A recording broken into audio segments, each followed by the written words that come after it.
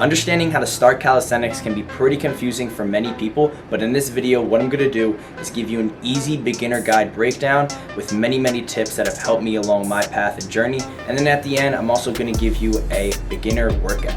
If you don't take anything else away from this video, just know that starting alone, just starting in general, is the most important thing that you can do. It's the easiest thing you can do, even if it's just like learning how to do a push-up, learning how to do a pull-up. These little things go a long way. What you can do is learn how to do a push-up and a pull-up for a whole week, but really focus on the form of it. Really get everything down. Make sure you're doing it right. How does it feel when you do that push-up or pull-up? And then maybe the following week you throw in a squat or you throw in walking outside. It can be something as basic as this. You don't have to overcomplicate fitness. Just throw in little things along the way. The main thing when you're starting out is you want to find something that works for you, and you want to make it fun. Working out shouldn't be a difficult task and something that's daunting. It should be something that is exciting because it's for the benefit of your own health. One of the main tips I recommend for every beginner starting out on their calisthenics journey is master your basic pushes and pulls. Now, your basic pushes and pulls involve things like push-ups, pike push-ups, dips, pull-ups, and squats. These are just a few, and these exercises alone progress to many other variations. You can take a push-up and you can go from a push-up to a banded push-up, from a banded push-up to an archer push-up.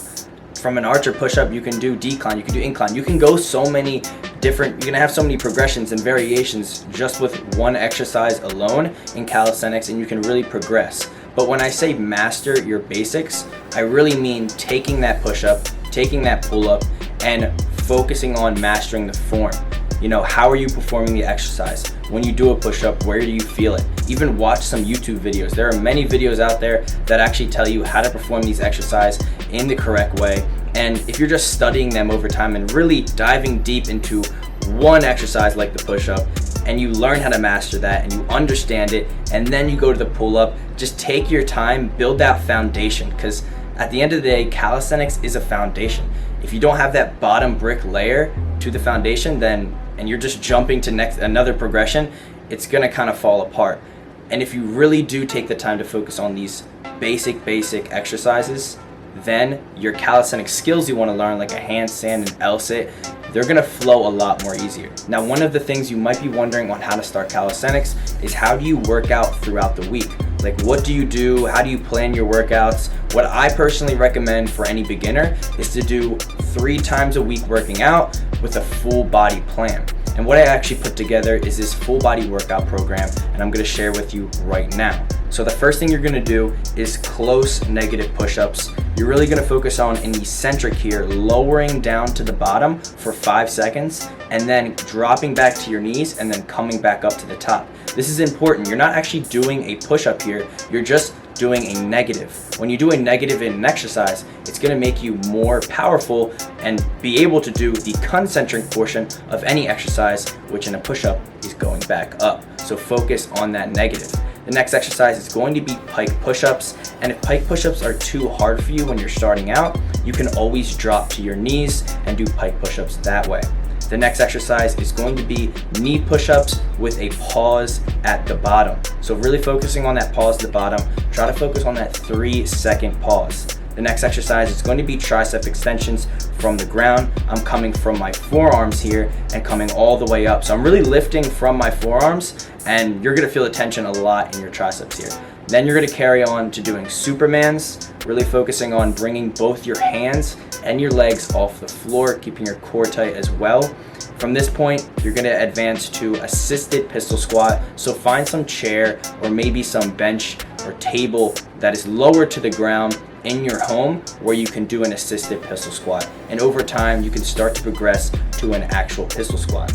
And then you're gonna finish out with a hollow body hold, the first progression of the hollow body hold. If you want to advance to further progressions, these are the other progressions that I highly recommend you do after you are able to at least master 20 to 30 seconds of the first progression. Now that I shared that beginner workout with you for the week, you can actually start attacking this now. It's a full body workout. You can do this Monday, Wednesday, and Friday. Now, you might be wondering, what do I do on my days off?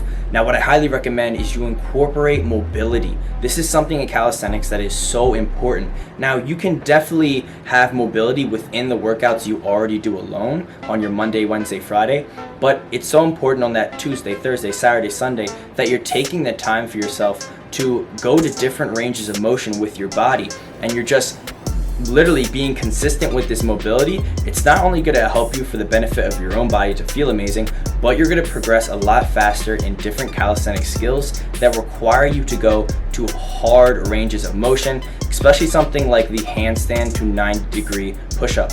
That's something that just requires you to go down to a deep level and try to come back up. Yes, it's a lot of strength, but also having the mobility, especially within your wrist, within your lower body. There's so many different things, even in an L-sit, that's going to help you. Having the mobility to keep your legs straight.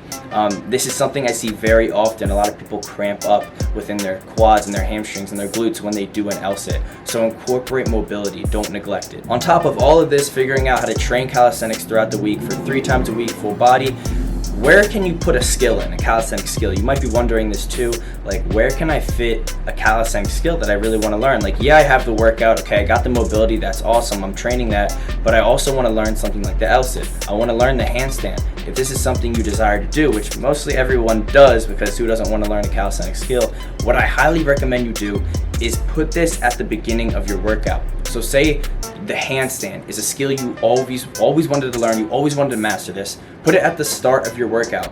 Don't train this at the end of your workout. You can, but it's going to be a lot more difficult to focus on and practice because you're already going to be fatigued, you're already going to be tired. So put it at the start. Train your handstands, your L-sits, your muscle ups, whatever the skill is. Put this at the start and train it there. And the last thing that comes to my mind when you're just starting calisthenics and you're wondering where to go and how to start and what to do is invest in equipment. This is so crucial. I noticed, like, especially for those out there who are watching this video and you really want to dive into calisthenics and you're serious about calisthenics, invest in equipment. Rings, parallettes, weighted vest, like bands. Take the time to actually invest in this equipment, because when you do start calisthenics and you notice that you are progressing at a faster rate, you're going to want to have something like rings to really challenge yourself. You're going to want to have something like parallel bars.